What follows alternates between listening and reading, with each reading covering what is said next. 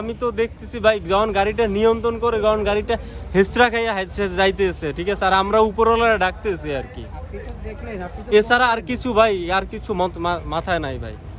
যেভাবে গাড়িটা আশ্রয়িতেছে বাইসে আসি ভাই, যার কারণে হয়েছে হয়তো মানে উপরওয়ালা মা বাবার ফ্যামিলির আশীর্বাদ দোয়া ছিল বিদায় ভাই বাইসেছি। যেভাবে অ্যাক্সিডেন্ট করছে কোনো রকম ভাবে বাইসে থাকার কোনো উপায় ছিল না। প্রয়োজন এদের ট্রেনিং এর ব্যবস্থা করেন ভাই প্লিজ, যা করেন করেন, কিন্তু মানুষ আর মারেন না। আমি পিরিজপুরে হলো যে ঢাকা থেকে 9টা 30-এ আমি হচ্ছে যে আপনার গাড়ি দোলা গাড়িতে উঠি।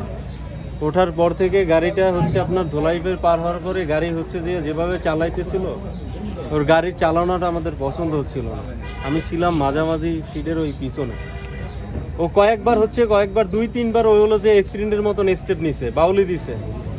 ওরে তো ভাই হচ্ছে যে উপরওয়ালা ওরা ইঙ্গিতও দিতেছিল যে ভাই এত জোরে গাড়িটা আপনি চালায়েন না। ও তারপরও গাড়ি ও একই রকম ভাবে চালাইতেছিল।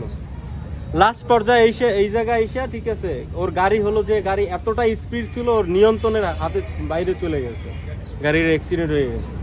এত বড় অ্যাক্সিডেন্ট হয়েছে আমি কয়জন মারা গেছে এক্স্যাক্টলি আমি জানিও না।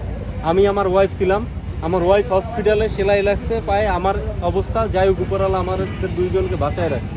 আমাদের এই দোলা পরিবহনটা ঢাকা থেকে ছেড়ে আসে এবং বেদগ্রামের 3তলা মসজিদ বলে যে জায়গা থেকে আগেও একটা দোলা গাড়ি অ্যাক্সিডেন্ট হয়েছিল, ওই সেম জায়গা থেকেই একটা গাড়ি দোলা গাড়িটা আসে এবং বেদগ্রাম মোড় থেকে একটা বাস মানে মোটরসাইকেল বাইক হেলমেট ছাড়াই ও চালায় যে বাউলি মারতে যায়। বাউলি মারতে যাওয়ার পরে ও যখন দোলা গাড়ির মুখোমুখি হয় তখন দোলা গাড়ি ওকে সেভ করার জন্য বাউলি মারে এবং বাউলি মারলে ও পিছনের থেকে বাড়ি খেয়ে পিছনের চাকার তলে চলে যায় এবং তলে চলে যাওয়ার পরে ঘষা খাইতে দোলা গাড়ির অপোজিট সাইড থেকে মানে খুলনা থেকে আরেকটা গাড়ি যাওয়ার সময় ওই গাড়িটা দোলা গাড়ির কে ক্রস করতে যায় এবং ওই ক্রস করতে যায় দোলা গাড়ি আবার বাউলি মারতে গেলে তখনই গাড়িটা উল্টে যায় এবং গাড়িটা উল্টে যেয়ে গাড়ির নিচে একজন মহিলা ছিলেন, তার আরও 2জন পিছনে ঝুলেছিলেন এবং তারা ঘষতে আসে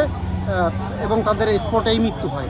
আমি যেটা দেখছি হলো কি মোটরসাইকেলটা একটা ছোট লোকাল গাড়িরা ওভারটেক করতে গেছে, কেবল মাথাটা বের করলেই দোলা আসি বাধাই দিছে, পরে চেষ্টাতে এই দুর্ঘটনাটা। কিন্তু গাড়িটা বাউলিতে চেষ্টায় পড়ে গেছে। এটা দোষ সম্পূর্ণ মোটরসাইকেল আর দোলা হলো স্পিড গতি।